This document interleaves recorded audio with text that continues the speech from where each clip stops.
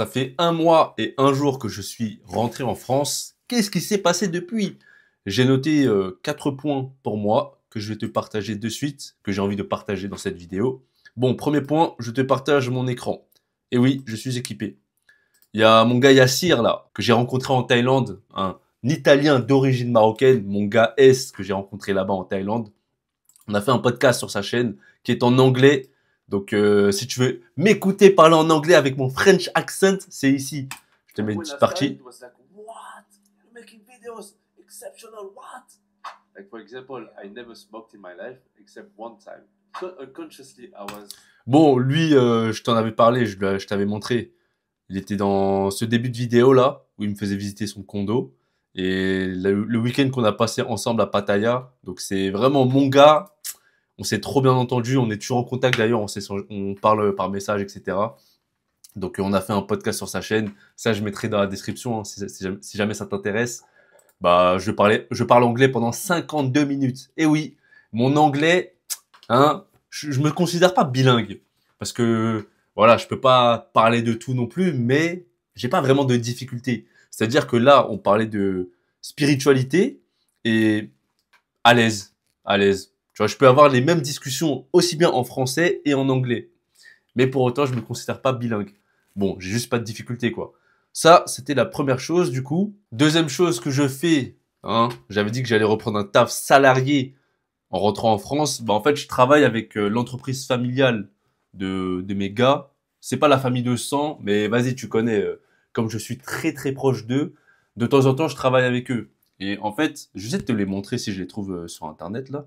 Voilà, je travaille pour eux. Toa Melonpan sur Instagram. Follow ça, mon gars. Donc, en plus, ils vont faire l'Asian Street Food 14-15 juin. C'est ce week-end. Donc, pour ceux qui veulent y aller. Voilà, c'est ça des melon pads. Et en fait, je les aide à faire ça.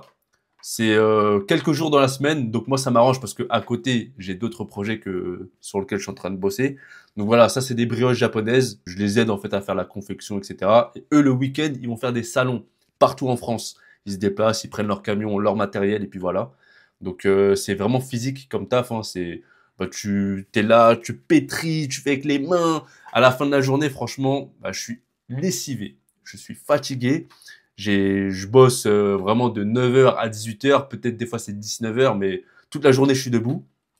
Et bref, voilà. Toa Melon Pan sur Instagram pour ceux qui veulent suivre.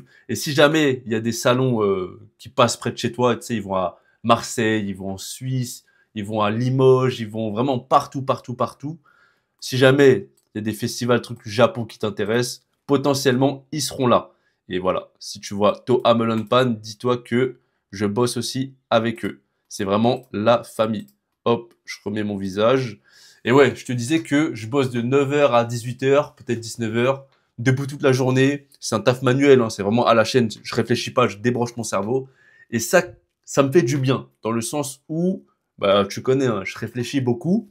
Et le fait de faire un travail où je débranche mon cerveau, c'est manuel, je suis vraiment dans le truc, même si ça ne m'empêche pas de réfléchir parce que c'est comme ça que je suis, ça fait du bien. Tu vois, je fais ta ta ta ta ta, quelques jours dans la semaine, à côté j'ai du temps pour faire mes trucs, franchement, combo parfait. En plus de ça, là j'ai vraiment compris que pourquoi le taf ça casse autant les couilles, c'est les gens avec qui tu travailles en fait. Donc moi, vu que c'est la famille, tu vois, il y a le côté où c'est certes un travail parce que je me déplace, je dois rester de telle heure à telle heure, je dois faire ces tâches-là. C'est un travail. À la fin, je suis payé. Mais le fait d'être avec la famille, et c'est tellement différent que si c'était un travail où je vais je ne sais où c'est des collègues, où j'ai juste envie de quitter le taf, rentrer chez moi. Là, non, des fois, je suis après le taf, je me pose, je discute avec eux, on rigole. Voilà, c'est vraiment, j'ai de la chance, hein. Je suis vraiment très, très chanceux et ça, reconnaissance vraiment incroyable. Donc à côté, je suis sur un projet en ce moment et je veux pas trop en parler parce que je ne montre pas mon visage. Voilà. C'est toujours dans la création de contenu. Là, contrairement à avant, je fais l'inverse de ce que je faisais jusqu'à maintenant. C'est-à-dire que avant, je faisais du format long et je me montrais, j'apparaissais en caméra. Là, je n'apparais pas et je fais principalement du format short.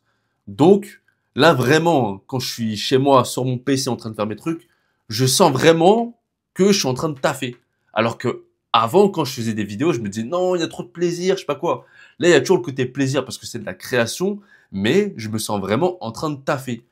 Le fait d'être parti en Thaïlande et de me dire c'est bon, je me conditionne, je vois à peu près à quoi peut ressembler ma routine. Genre le matin, je vais faire mon sport, la journée, je suis sur le PC, je bosse parce que sortir dehors en Thaïlande, il fait super chaud dehors, il fait plus de 30, 35, 40. Non, du coup, je reste tranquille, je bosse sur le PC et le soir, un petit night market tranquillement et puis voilà. Donc là, quand je suis chez moi là à Paris, en train de bosser sur mon PC, je sens vraiment que ouais, je travaille là, tu vois. Et c'est pour ça que je décorrèle maintenant le fait de travailler et le fait de gagner de l'argent. Et tout ça en fait, ça remet en question beaucoup de choses, c'est par rapport au salariat, par rapport à tout ce qu'on nous a appris et tout ça, tu vois. Là, le fait de travailler en mode entreprendre quelque chose, c'est de l'endurance, hein. Tu fais un truc, t'as pas le résultat maintenant. Alors que quand tu es salarié, quand tu fais quelque chose, bah, tu peux à peu près calculer combien tu gagnes dans la journée. Tu as ton salaire à la fin du mois. Donc tu sais que bon, quand je fais mes heures de travail, c'est bon, je suis payé. Alors que quand tu entreprends, tu bosses. Déjà, tu n'as même pas d'horaire parce que c'est toi qui choisis tes trucs. Mais tu bosses, tu comptes même pas les heures. Mais tu n'es même pas sûr de combien tu gagnes. Donc là, vraiment, après toutes ces expériences par rapport à mon autre chaîne YouTube, par rapport à comment j'étais en Thaïlande, la routine que je veux m'installer, je reviens ici, ben, je me sens pas dans le même, on va dire, dégoût qu'avant. C'est-à-dire que depuis que je suis rentré en France, là, depuis un mois, un jour, bah, j'ai pas le seum, en fait, parce que je sais que je suis ici temporairement. Au fond de moi, je sais que c'est bon, je suis en Thaïlande, en fait. J'habite en Thaïlande, j'ai mon condo, j'ai mon travail, je suis sur mon PC en train de bosser, faire mes montages, etc., tu vois. Je t'en parle pas maintenant de cette chaîne. Je peux te donner quelques indices parce que c'est quelque chose qui est beaucoup plus aligné avec moi. C'est une chaîne en fait que je lance sur la spiritualité. Je ne parle que de spiritualité. Bien sûr, spiritualité, mais pas des trucs que tout le monde dit, ouais, alors les anges. Non, non, c'est ma vision de la spiritualité, mais je ne parle que de ça. Je parle pas de trucs où je vais cracher contre le système, ou si jamais je dois le faire, ce sera plus soft, contourné, bref. C'est quelque chose qui est beaucoup plus aligné avec moi. Et là, j'en parle pas parce que je veux voir en fait en partant de zéro jusqu'où ça peut aller. En sachant que le format short, ça peut aller très vite. Donc là, je suis vraiment en mode test. Là, je suis parti pour faire 2 shorts par jour pendant 3 mois. Donc laisse-moi te dire que c'est du taf. En sachant que même si c'est du short, il y a ce côté où je suis quand même, tu vois, je suis un créateur de contenu. J'aime quand je crée quelque chose, je suis fier de ce que je fais. Donc je fais pas des vidéos dégueulasses. Je fais des vidéos qui sont travaillées. Donc qu'est-ce que je fais en fait? Comment ça se passe mon process de vidéo pour les shorts? Je me prends une journée où je fais des scripts. Voilà, je fais vraiment pas de la merde hein, pour te dire. Journée script, je ponds des vidéos, une journée que des scripts. Puis après, je prends quelques heures pour tourner. Ça, c'est la partie la plus rapide parce que c'est des vidéos de 1 minute max. Donc c'est rapide à tourner en sachant qu'il y aura des cuts, etc. Mais le montage me prend beaucoup de temps. Parce que comme je t'ai dit, hein, je fais pas de la merde. Vu que c'est du faceless, je monte pas mon visage, bah je dois mettre des images d'illustration, des petites vidéos d'illustration, etc. Les caler au bon moment. Bref, vraiment, je suis en train de bosser. J'ai mon process vidéo et voilà, je suis vraiment dans ça. Hop. Avant l'illumination, couper du bois, porter de l'eau. Après l'illumination, couper du bois, transporter de l'eau. Le sens, bon, là il y a le sens des gens, mais moi je vais te dire mon interprétation. C'est tout simplement que avant, j'étais vraiment dans le côté oh spirituel, éveil spirituel, j'étais vraiment focus à fond dessus, tu vois. Mais en vrai, une fois que tu as fait le tour de ça, comme j'ai pu le dire, hein, pour moi, c'est comme si je partais d'un point, comme l'alchimiste, tu vois, le roman de Paulo Coelho. Tu pars d'un point, tu fais tout un tas de chemins, tu as une quête, tu te poses des questions, je sais pas quoi, pour revenir au même point. Et l'éveil, le côté spirituel, c'est pareil. Donc, une fois que tu sais ce genre de choses, que tu t'es suffisamment informé, qu'est-ce qui se passe dans ta vie? Dans mon cas, le fait d'avoir vécu toutes ces expériences, d'avoir partagé, d'avoir rencontré des gens, de m'être fait gifler par la vie, bah en fait, je suis venu à ce point. C'est que j'ai pris beaucoup de temps pour réfléchir, j'ai pris beaucoup de temps pour me renseigner, pour m'informer, pour expérimenter. Et après, voilà. J'ai connu cette vie où tu as grave du temps pour toi. Tu sais, le côté chômage, le côté où je partais en voyage, où je faisais vraiment ma vie, j'avais vraiment la liberté à l'extrême. J'ai connu ça. Aujourd'hui, j'en veux plus. Parce que j'ai plus besoin de faire des recherches sur la quête de sens. J'ai plus besoin de faire des recherches sur le but de la vie, sur ce qu'il y a après la mort, je ne sais pas quoi. J'ai plus besoin en fait. Donc là, aujourd'hui, je suis vraiment dans le concret, je suis vraiment dans la réalisation, dans le côté où j'ai quelque chose en tête, ok, je le fais. Et là, je suis dans cette phase-là. C'est pour ça que dans mes anciennes vidéos que j'ai fait en Thaïlande, là, je te parlais d'entrepreneuriat, etc. Et voilà, je suis beaucoup plus aligné avec ça aujourd'hui parce que ce côté spirituel, ce côté quête de sens, ce côté questionnement existentiel, j'ai fait le tour me concernant. Avant de rentrer de Thaïlande, moi, je pensais que j'allais être un petit peu dégoûté en France, etc. Et c'est pour ça que j'avais parlé de maintenir sa vibration. Et c'est pour ça que moi, je sais, vraiment au fond de moi, je le sais, il y a quelque chose qui, voilà quoi, je suis en Thaïlande. Voilà, je suis déjà en Thaïlande parce que c'est là-bas où je me sens vraiment en vie, connecté. Et en France, je suis neutre. Dans les vidéos, il y a les barres de son où ça fait ça. Quand je suis en Thaïlande, j'ai vraiment les sons qui bougent, il y a du mouvement, pa pa pa pa pa pa pa. Et ici, c'est plat. Je te donne un exemple. Le 31 mai, il y avait la finale de la Ligue des Champions. C'est le PSG, ils ont gagné, etc. Moi, j'étais avec mon gars Weko, on a regardé le match ensemble dans un grec, posé tranquille. J'avais pas envie d'aller à Paris avec, voilà quoi, pas envie. Et l'ambiance, tu sais, les gens, ils étaient contents. Le PSG a gagné. Waouh, les gens, ouh, j'ai bugué. Ils sont en train de célébrer, klaxon. Bref, c'est la folie. Je pense que même vers chez toi, c'était pareil. Moi, je m'en battais les couilles. Vraiment, j'étais en train de les observer en mode, bah, je suis content pour vous, mais je ne ressens pas au fond de moi cette joie.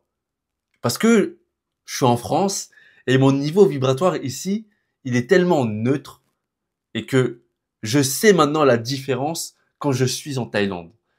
Donc, cette vibration fait que, au fond de moi, je sais que je n'appartiens plus ici. Ma vie que je veux construire n'est plus en France. Donc, j'ai même plus à me soucier de oh, vas-y, je veux faire quoi de ma vie? En fait, là, j'ai trouvé une nouvelle carotte qui me fait avancer.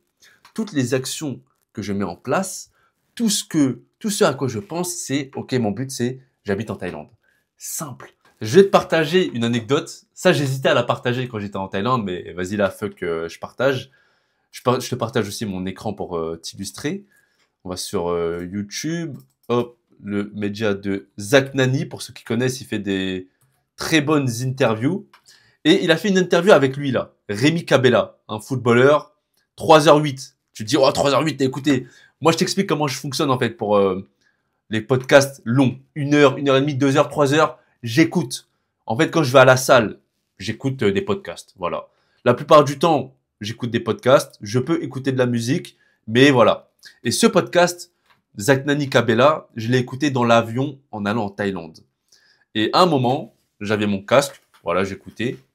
Et à un moment, Cabella, il parle de son histoire, en fait. Avant de percer dans le foot, il était en centre de formation. Comme beaucoup, il a connu des galères parce que footballeur, c'est pas facile. Hein.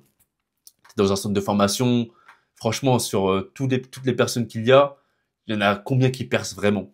Bref, il est tombé sur des coachs qui le descendaient, qui ne le motivaient pas, qui étaient là en mode non, toi, vas-y, tu vas pas percer, je sais pas quoi. Mentalement, ça joue, c'est difficile, en sachant que t'es un gamin, voilà quoi. Et il a raconté une anecdote quand sa première convocation en équipe de France, non, c'était sa convocation en équipe de France pour la Coupe du Monde. Il a appris sa convocation, il était en vacances, et là, il voit, je te la fais vraiment courte, hein. Il voit sur son téléphone Didier Deschamps. Et là, il est en mode stress. Waouh, putain, il est en vacances avec ses potes, il continue de s'entraîner parce qu'il se dit potentiellement je peux le faire. Et là, il reçoit l'appel de Didier Deschamps. Tac, il regarde l'appel, il décroche, boum, tu vas en Coupe du Monde. Et quand il raconte ça, j'étais dans l'avion, hein. J'étais comme as, j'avais mon casque, j'avais une larme qui coulait. Parce qu'en fait, ça me rappelle mon parcours. Et ça, c'est vraiment le parcours de beaucoup de personnes, je pense. C'est le parcours, tu sais, le gars qui galère, le gars qui se cherche, le gars qui se pose des questions, le gars qui doute, mais dans ce monde, on n'a pas le temps de ça. On n'a pas le temps parce que il faut travailler, il faut payer les factures, il faut pas réfléchir. Sauf que quand tu te déconnectes de ça, tu as besoin de temps pour te retrouver. Tu as besoin de temps pour te trouver. Tu as besoin de temps pour comprendre. Tu l'as vu sur ma chaîne YouTube. J'ai connu cette phase pendant des années. Ce côté où j'étais hors système, où j'étais contre le système. Parce que j'étais ce mec-là qui ne savait pas quoi faire de sa vie, qui était là en mode « Oh putain, la vie c'est de la merde ». Tu connais déjà mon cheminement. Et le fait d'avoir écouté son histoire à Kabela, qu'il a connu tous ces moments de galère pour à la fin, ce moment de concrétisation, et même lui, tu sais, quand il en parlait, c'était grave émotionnel. Hein. Moi, ça me rappelait mon parcours, et je me disais, putain, mais je le ressens en fait, tu vois. Je le ressens de ouf, de galérer autant, et là, il y a un truc au fond de moi, je me dis, mais je commence à approcher de la fin de cette galère. Petit à petit, il y a tellement de choses qui se passent dans ma vie, il y a tellement de signes, je me dis, je commence à approcher de plus en plus de la fin de tous ces moments de doute, de toutes ces années, en fait, où je me cherchais, où j'étais en train de souffrir au fond de moi, tu vois. Et que j'ai partagé sur cette chaîne YouTube. Et le fait de... Il y a plein d'histoires comme ça, tu vois. De... Quand je suis là en mode, je me pose des questions, je suis perdu, je me dis la vie c'est de la merde et tout ça. Et petit à petit, il y a des petits trucs qui me disent non, non, non, non, t'as dû passer par là. T'as dû passer par ces moments de galère. T'as dû connaître cette souffrance pour vraiment, quand tu arrives à ton but, putain, mais quel parcours. Et je sais au fond de moi, il y a ce truc. Ça, c'est vraiment l'histoire de ma vie. Donc je sais que le temps, tu vois, dans cette dimension, fuck. Mais au fond, il y a ce truc où je sais, c'est bon, c'est déjà là, tu vois. Et quand j'étais en train d'écouter ce podcast dans l'avion, il y avait tellement d'émotions qui me traversaient parce que j'allais en Thaïlande. Et comme j'ai pu le dire dans une autre vidéo que j'ai fait en Thaïlande, justement, bah, j'ai tapé sur mes économies. Et j'y allais, en fait, parce qu'au fond de moi, il y avait cet appel qui me disait, vas-y, c'est maintenant, tu vois. Même là, au moment où je fais cette vidéo, j'ai pas une situation stable. Et dans la vie, tu vois, on cherche ça. On cherche la sécurité, on cherche la stabilité. Et moi, ça fait des années où là, je suis en train de errer, de vagabonder dans le monde. Mais pour autant, je me sens serein, tu vois. Parce que toutes ces années, j'ai galéré, j'ai dû apprendre, j'ai chialé, tu vois, vraiment, voilà quoi. Et le fait de, au fond de moi, ressentir que, putain, c'était pas pour rien. J'ai pas perdu du temps, contrairement à ce que beaucoup de gens peuvent penser autour de moi. C'est là, il y a un truc. Donc là, je suis en train de bosser sur des projets, etc. Mais je te jure, quand je suis en Thaïlande, il y a vraiment cette carotte qui me fait avancer et j'en suis là. Et pour te dire, tu vois, quand j'étais en Thaïlande, j'ai pris mon billet retour 2 semaines avant de rentrer. Et cette nuit-là, quand j'ai pris mon billet, j'étais là en mode putain, ah ouais, je quitte chez moi, je quitte ma maison là. Ça m'a fait un pincement au cœur de fou. Et cette nuit-là, j'étais dans mon lit. Et moi, ce que j'aime faire, tu vois, c'est j'aime bien écouter de la musique thaï, justement. Et cette nuit-là, quand j'écoutais de la musique thaï, j'ai pas chialé. Il n'y a pas de larmes qui a coulé, mais j'avais les yeux qui brûlaient, tu vois, parce que j'ai trouvé mon schéma, en fait. Tu vois, j'ai trouvé l'endroit qui me correspond, l'endroit où je me sens connecté. J'ai plus envie de parler, de tout raconter, de voilà quoi, parce que c'est vraiment ressentir, c'est vraiment émotionnel, c'est au fond de moi. Et je pense qu'aujourd'hui, c'est ce qui me manquait par rapport à la compréhension de l'émotion. Avant, j'étais vraiment soumis à mes émotions, à ma colère, à tout ça, tu vois. Et aujourd'hui, je prends beaucoup plus de recul. Donc même si là, dans l'immédiat, au moment où je fais cette vidéo, bah, je suis pas encore en Thaïlande, je suis en France, je suis dans ma chambre, je sais pas quoi. Voilà. C'est le temps de, vas-y, tranquille. Mais je sais où je vais. J'ai ma carotte là qui me fait avancer. Tu vois. Donc même là, quand je suis là, je te l'ai dit, moi, mon rapport avec la Thaïlande, c'est pas juste parce que c'est hype, parce que c'est actuel, les gens y vont, les gens ils font des vidéos, etc. Non, non, c'est un ressenti. Tu vois. Et je dis même pas ça parce que je suis en Asie, peut-être que ça joue, j'en sais rien, mais la langue, c'est une dinguerie en fait. Les vibrations, c'est dedans, c'est à l'intérieur. Même là, je suis là, dans mon lit le soir, en train d'écouter de la musique thaïlandaise, je suis en train de kiffer, je suis en train de fou. Des fois, je suis à la salle, pareil, j'écoute de la musique thaïlandaise, je suis en train de kiffer. Et c'est pour ça que quand les gens me demandent, ouais, pourquoi la Thaïlande, pourquoi pas d'autres pays? Moi, il y a 2 pays où je me sens vraiment connecté, c'est Thaïlande, Laos. J'ai pu aller dans d'autres pays, Amérique latine, d'autres pays d'Asie, pays d'Europe, je ne sais où. Moi, c'est vraiment dans ces 2 pays où je sens que je suis chez moi. Simple. Donc, c'est pour ça que je peux pas être posé dans un taf normal, donc avoir une situation stable, être en France, trouver un CDI, je sais pas quoi. Je ne peux pas. Je bosse en ligne, je gagne mon argent sur Internet pour avoir cette liberté géographique et je me fous dans le pays où je me sens bien, où je suis chez moi. C'est simple. C'est ça le plan, en fait. Et pareil, je vais te partager une citation de Alex Hormozy, qui est juste ici. Bon, elle est en anglais, je te la traduis directement en français. Alors, tu peux dire à quel point quelqu'un est motivé par le nombre de fois où il est prêt à essayer sans abandonner. Voilà, en gros, c'est ça. Is by how many different ways? Voilà. Par différentes façons qu'il essaye sans abandonner. Et quand je te dis ça, c'est l'histoire de ma vie, c'est que j'ai cherché grave des trucs. Comme tu le sais, j'ai voyagé en France sans argent, j'ai rencontré des gens, le côté autonomiste, vivre sans argent, le côté moine, j'ai expérimenté des choses. Voilà. Et là, c'est pareil avec le côté entrepreneuriat. Je tente un truc, ça marche pas, c'est pas grave, j'essaye, j'ajuste, boum, boum, boum, boum, boum, jusqu'à que je trouve mon truc. Et ça, c'est vraiment l'histoire de ma vie, c'est je lâche pas sa mère. Je lâche pas parce que je sais que la vie classique normale, elle ne me correspond plus. Et d'ailleurs, c'est marrant que les gens aujourd'hui aient ce discours parce que j'entends des gens dire des choses que je disais déjà en 2016-2017. Et j'en parle des fois avec des potes, je me dis, mais je leur dis que si j'avais la même énergie et le même discours là, aujourd'hui, en 2025, mais j'aurais tellement percé. Tu t'imagines aujourd'hui si je faisais les vidéos voyage sans argent, faire du stop, mon avis sur le travail, sur l'argent, sur les relations hommes-femmes, je sais pas quoi, mais j'aurais percé depuis là. Sauf que je ne pense plus pareil que mes anciennes vidéos. C'est aussi simple que ça. Donc, j'ajuste, je fais des choses différentes. Et puis voilà. Donc, troisième chose que je voulais partager. Si il y a des gens qui sont en mode pirate, en mode black hat. Voilà. Là, je pense que j'ai pas besoin de trop en dire. Contacte-moi. Hein.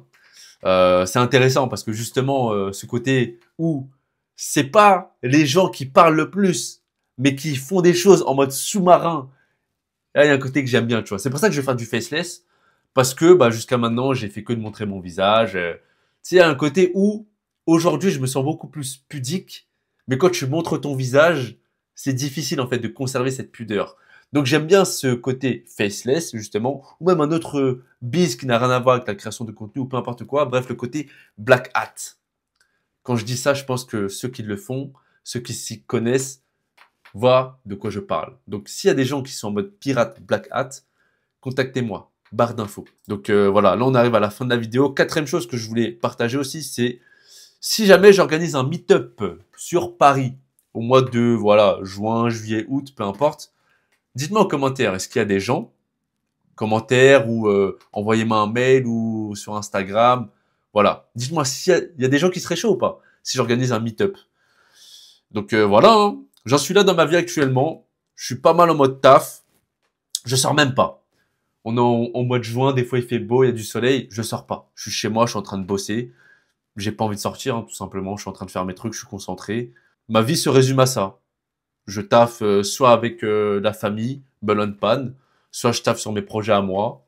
Et après, de temps en temps, je vais voir des gens parce que faut sortir un petit peu la tête de l'eau. J'ai pas cette mentalité hustle, work hard, no sleep. Non, non, non. Moi, je fais mes nuits de sommeil, j'ai besoin de dormir. Et j'ai besoin de décompresser aussi par rapport à ce que je fais. Quand t'es trop en mode taf, moi ça me fait péter un câble. Donc je vais parler avec des gens, mes potes. Hein. On rigole, on parle de tout et n'importe quoi. Je décompresse. Mais sinon tous les jours, ça se résume à ça. Tous les jours, je fais un truc qui est en rapport avec mes projets. Parce que même après une journée de taf où je fais 9-18 heures à faire des melon pan, où j'ai mal au dos, hein, voilà quoi. Le soir, je fais un truc pour mon projet. Voilà, c'est comme ça. Donc voilà à quoi ressemble ma vie depuis que je suis revenu. Et comme j'ai pu le dire, j'ai pas le seum d'être revenu en France. Parce que pour moi, c'est juste temporaire le fait que je sois ici. Donc je profite en fait du cadre de vie ici, de mes habitudes, de je ne sais quoi, du confort aussi. Mais dans tous les cas, j'ai ma carotte là qui me fait avancer. J'ai tout dit, hein, je pense, dans cette vidéo. Merci de m'avoir écouté. Paix, rire, amour. Ah ouais, j'ai oublié de dire. En fait, là, cette chaîne, je pense que ça va être ça. une petite vidéo de temps en temps pour faire un update, parce que là, vraiment, cette chaîne, je la vois vraiment maintenant comme une sorte de journal de bord, comme une sorte de, vas-y, des petits vlogs passés par là. Mais j'ai plus ce besoin de tout partager, de partager toutes mes pensées, d'extérioriser. J'ai plus besoin. Deuxième chose, hein, c'est que, tu vois, la citation que je t'avais partagée là, je la comprends d'une autre manière maintenant. Avant l'illumination, couper du bois, porter de l'eau. Après l'illumination, couper du bois, transporter de l'eau. Moi, comment je vois la différence? Et j'ai même pas lu tout ce qui se dit hein, dans le forum. Comment je vois la différence, c'est que avant l'illumination, le fameux éveil spirituel, quoi. Tu fais tes trucs, tu coupes ton bois, tu portes de l'eau. Porter de l'eau dans le sens comme si c'était pour toi, voilà. Mais après ça, et après toutes les expériences que ça implique, bah tu reviens en fait à ce que tu faisais habituellement, couper du bois et transporter de l'eau. Là, je vois une différence dans le sens où tu vas d'un point A à un point B. Donc c'est beaucoup plus concret, tu vois. Là où avant juste tu portes de l'eau, voilà, tu portes de l'eau. Hein, je vais où, hein, voilà quoi. Mais après tu transportes, donc tu agis sur la matière. Et voilà, c'est comme ça que je le comprends moi en tout cas. Donc je vais d'un point A à un point B et je transporte de l'eau.